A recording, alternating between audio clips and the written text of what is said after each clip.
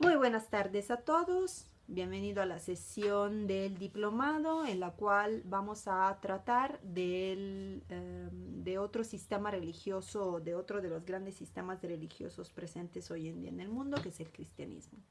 Yo me llamo Eleonora Pagnotta, tengo una licenciatura en historia, una maestría en estudios históricos y religiosos y un doctorado en antropología de las religiones, todos cursados en Roma, en la Universidad de Roma La Sapienza.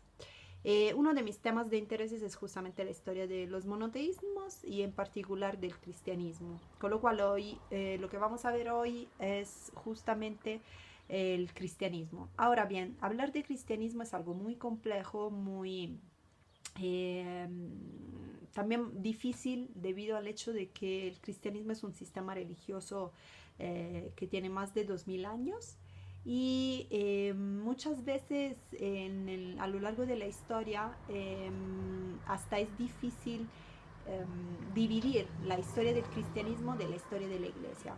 Esto por lo menos hasta el siglo XVI, hasta el Concilio de Trento, cuando el cristianismo se divide, digamos, entre el mundo protestante y el mundo católico. Uh-huh. Entonces, antes que nada, necesito hacer una aclaración. Cuando hablamos de cristianos, estamos hablando cuando hablamos de cristianismo, estamos hablando de un fenómeno religioso muy diversificado a su interior. No es un universo monolítico, no es un universo homogéneo, al contrario. Entonces, sin embargo, cuando hablamos de cristianos, por lo menos aquí en Latinoamérica, pensamos directamente en los evangélicos. Sin embargo, técnicamente hablando, un cristiano, el término cristiano, que se utilizó por primera vez en la comunidad de Antioquía en el primer siglo después de Cristo, quiere decir en latín seguidor de Cristo. Uh-huh. Porque hay una raíz en el término que es Christus y una desinencia que es anus. Y ese anus quiere decir seguidor de. Es como decir, yo soy obradoriano, vamos. Entonces soy seguidor de Obrador. Y eso lo puedo hacer con cualquier término. Uh-huh. Por eso, técnicamente, un cristiano es un seguidor de Cristo y por ende, aunque aquí en Latinoamérica se haga la diferencia entre cristianos y católicos, técnicamente un católico es un cristiano. Uh-huh. Eso quiero que quede claro porque a la hora de hablar, nosotros obviamente cuando hablamos del cristianismo de los primeros siglos, hablamos de cristianos, pero no quiero que ustedes entiendan con cristianos a los evangélicos actuales. ¿Por qué? Porque esa distinción se dio ya en la época moderna. Para distinguir dentro del cristianismo católicos, o sea, seguidores de la Iglesia romana, apostólica y romana, y los que todas las denominaciones del mundo protestantes históricos, más modernos, etcétera, que se fueron dando a partir de las disidencias eh, luteranas, calvinistas, etcétera, etcétera. Entonces, esa es la primera aclaración que tenemos que hacer. La segunda aclaración es que hablar de cristianismo es algo muy complejo también debido a la peculiaridad de su fundador, Jesús. En esas clases siempre utilizaré el término Jesús y no el término de Cristo. ¿Por qué? Porque el nombre Jesús es un nombre propio. Mientras que el término Cristo define una confesión de fe. ¿Qué quiero decir? Puesto que Cristo viene del griego Christus, que quiere decir el ungido, definir a Jesús Cristo significa que yo creo que Jesús es el Hijo de Dios, es el enviado de Dios. Ajá. Y en esas sesiones lo que nosotros hacemos es historia del cristianismo. Yo no me meto en cuestiones de fe, entonces no puedo definir a Jesús el Cristo porque eso implicaría que yo creo, que yo tengo fe en que Jesús es el Cristo. Uh-huh. Entonces, segunda aclaración muy importante antes de empezar. Ahora bien, hablar de Jesús es algo muy complicado, aunque a la altura de las investigaciones actuales consideramos que nadie, o mejor dicho, a las alturas de las investigaciones actuales, nadie pone en duda la existencia histórica de Jesús. ¿Qué quiere decir? Que nadie pone en duda, ningún estudioso hoy en día, ningún estudioso de cierto prestigio, pone en duda el hecho de que en el siglo primero haya existido un personaje histórico que ha nacido, ha vivido y ha muerto. En el contexto de la Palestina gobernada por, que era una región, era una provincia del aquel entonces Imperio Romano. Ahora, ¿quién era ese Jesús? O mejor dicho, ¿cómo podemos deconstruir el personaje, la figura histórica de Jesús? Antes que nada, una de las grandes peculiaridades del cristianismo es el hecho de que su fundador es quizás el único fundador de un sistema religioso monoteísta que nació, creció, vivió y murió como judío. Entonces, esa es otra gran peculiaridad. O sea, nosotros hablamos de el Jesús como fundador del cristianismo, aunque ahí deberíamos preguntarnos si él quería realmente fundar otra religión, o más bien fue consecuencia de hechos, de acontecimientos históricos posteriores. Y entonces es el único fundador que por toda su vida perteneció a otra religión. Y eso no lo podemos dejar de un lado a la hora de reconstruir la historia del cristianismo de los orígenes. Ahora bien, por eso les va a ayudar mucho haber tenido la clase de judaísmo anterior, porque ustedes pueden entender que las categorías mentales y la visión del mundo de ese mismo personaje está totalmente insertada dentro del contexto y de la visión del mundo judíos. Entonces, pueden entender el mensaje de Jesús solamente si siguen considerando su aportación dentro del mismo contexto judío.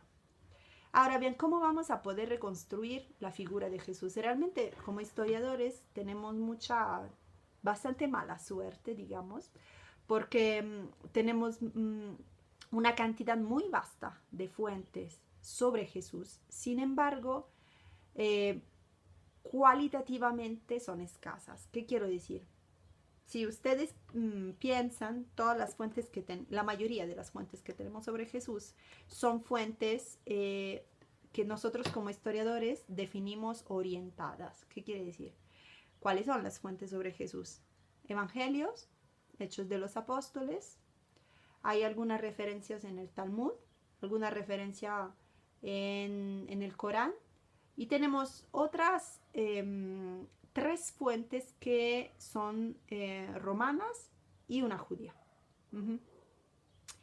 Ahora, entonces tenemos al parecer muchas fuentes, sin embargo, la mayoría de ellas fueron escritas por personas que creían que Jesús era el Mesías, o sea, el enviado de Dios. Eso nos lleva a una problemática, a enfrentar una problemática, porque obviamente alguien que escribe algo sobre un personaje del cual reconoce cierta proveniencia o cierto origen divino, escribirá sobre él de cierta forma.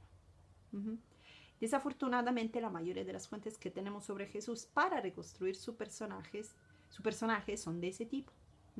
Y entonces a nosotros como historiadores no nos sirve mucho. Por ejemplo, tomemos los evangelios. Y los evangelios son 4 los canónicos, luego tenemos una miríade de otros escritos que son los evangelios apócrifos, que no piensen que esconden quién sabe qué verdades, ¿no? Simplemente son apócrifos porque fueron escritos después, porque no fueron reconocidos por la autoridad, digamos, eclesiástica cuando se fue construyendo el canon el listado de los libros canónicos en el siglo II después de Cristo. Y entonces vamos a considerar los 4 evangelios canónicos: Marco, Mateo, Lucas y Juan. Los 4 evangelios canónicos fueron escritos por personas que no conocieron a Jesús. Quizás Mateo es el único que hay una hipótesis de que realmente haya conocido en primera persona a Jesús. Todos los demás escriben sobre Jesús porque alguien más le contó sobre Jesús. Entonces, por ejemplo, tenemos a Marcos, que era el secretario de Pedro.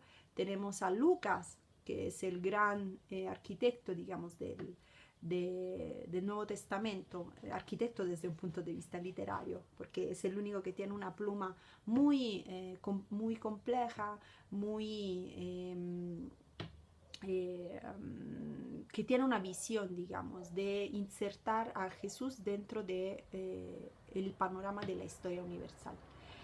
Entonces, y Lucas era el secretario de Pablo, y de hecho es el autor de tanto del Evangelio de Lucas cuanto de Hechos de los Apóstoles, que se pueden leer en con un hilo de continuidad. Y entonces, ahora bien, ustedes imagínense cómo reconstruir, qué tan difícil puede ser reconstruir la historia del cristianismo, la historia de Jesús, tomando en cuenta fuentes que no son de primera mano, porque desafortunadamente Jesús no nos dejó nada escrito. Entonces, conocen el juego del teléfono, ¿no? El teléfono descompuesto. Entonces, imagínense ustedes que nosotros como historiadores podemos tomar en cuenta lo que nos dicen los evangelios sobre la vida de Jesús, pero tenemos que tomar en cuenta 2 cosas: que quien escribió no lo conocía, y segundo, que quien lo escribió estaba convencido de que Jesús era el Hijo de Dios. Ajá. Y eso de cierta forma hace que la fuente esté cristianamente orientada, o sea muy poco objetiva. Ya de por sí, obviamente, cualquier fuente es muy complicado hablar de la objetividad de la fuente.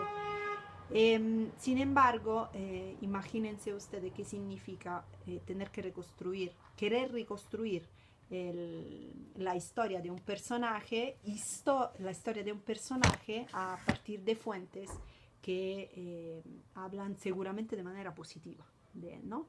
Y que quieren reafirmar que él es el Hijo de Dios. Las otras fuentes que tenemos son fragmentos de autores latinos, que son Plinio, Tácito y Suetonio, que hablan realmente en un par de renglones, que hacen menciones de los cristianos y de Jesús. Y luego la fuente más fuerte que tenemos es el Testimonium Flavianum de Flavio Josefo, un autor judío, que habla de Jesús. Y entonces el cruce de esas fuentes hace que nosotros podamos decir, a raíz del principio de la múltiple atestación, o sea, el hecho de que un personaje esté mencionado, sea mencionado en distintos autores y en distintas épocas, nos legitima para decir que efectivamente existió. Ahora, entonces, cuando hablamos de las fuentes, también tenemos otro problema. Tenemos varias también discordancias entre las fuentes mismas. Tenemos que en los evangelios, por ejemplo, Jesús nace bajo Herodes, pero entonces, ¿cuándo nace Jesús? Si nace bajo Herodes, y Herodes es el emperador, el rey que en ese momento gobierna Judea, entonces eso nos crea un problema, porque sabemos históricamente que Herodes murió en el 4 antes de Cristo. Entonces, eso, para no hacer el cuento largo, a mí lo que me interesa es que ustedes entiendan que podemos reconstruir el personaje de Jesús, es algo muy complejo, y digamos, en el contexto judío, Jesús aparecía como uno de los muchos profetas, uno de los muchos curanderos, uno de los muchos em, digamos, mensajeros que tenían un contenido en sus palabras muy diferentes del contexto, digamos, ortodoxo judío. Y así intentando, digamos, dejar de un lado lo que es la fe. Ahora bien, ¿qué es lo que, si Jesús no era nada más en esa época, en la época en la cual Judea era provincia romana y estaba bajo Herodes y luego un gobernador que era Poncio Pilato? Eso sí lo tenemos porque tenemos una roca en la cual se escribe que Poncio Pilato fue gobernador de la Judea, prefecto de la entre el 26 y el 36 después de Cristo. Entonces eso converge como información con la que tenemos de los evangelios. Entonces, ¿por qué Jesús fue tan excepcional? Por muchas razones que no podemos profundizar, pero si hoy en día podemos hablar de cristianismo es por lo que sencillamente pasó después de su muerte. ¿Por qué? Porque quizás había muchos personajes que como Jesús hablaron tenían un mensaje revolucionario, antisistema, etcétera, etcétera. Sin embargo, después de su muerte, no nos vamos a meter en cuestiones de resurrección y eso porque no nos compite como historiadores, ¿no? A nosotros nos interesa lo que sucedió después. Lo que sucedió después es que todos sus seguidores estuvieron convencidos de, o tuvieron experiencias de apariciones de Jesús. O sea, Jesús les volvió a aparecer después de su muerte y en consecuencia de eso, ellos creyeron que había resucitado. Ese es el punto central del cristianismo. Más allá de si hacía milagros, no hacía milagros, sus discursos pacifistas, etcétera, etcétera. El punto central del cristianismo es que sus seguidores creyeron en un momento dado de que Jesús había muerto y había resucitado y volvió a aparecer, lo que se llaman históricamente las apariciones pascuales. Ahora no son apariciones, fueron apariciones, efectivamente pasaron, a nosotros no nos interesa. No nos interesa porque no lo podemos averiguar. La consecuencia es que a raíz de esas convicciones se creó un movimiento de seguidores de Jesús que se fue difundiendo, fue difundiendo su mensaje